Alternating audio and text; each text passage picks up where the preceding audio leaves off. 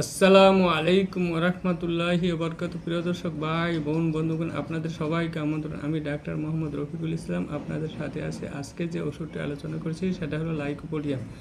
Lycopodium অল্প বয়সে অধিক স্ত্রী সঙ্গম করিয়া কিংবা হস্তমৈথুন ইত্যাদি অস্বাভাবিক উপায়ে অনেক দিন ইন্দ্রিয় শক্তি চালনা করিয়া যখন ক্রমশ পুরুষত্বহীন কিংবা ধ্বজভঙ্গ হইয়া পড়েন, অতিরিক্ত ইচ্ছা সত্ত্বেও ও বাসনার উপরিতৃপ্ত না হয়, লিঙ্গ শিথিল ঠান্ডা ও ছোট হইয়া যায়, লিঙ্গের উত্থান হয় না, অল্পমাত্র উত্থান হইয়া প্রায় তখনই শিথিল হইয়া পড়ে, তখন লাইকোপোডিয়াম অত্যন্ত কার্যকরী ঔষধ। আশা করি লক্ষণের সাথে ঔষধের লক্ষণ মিলিয়ে আপনি ঔষধ সেবন করলে উপকৃত হইবেন।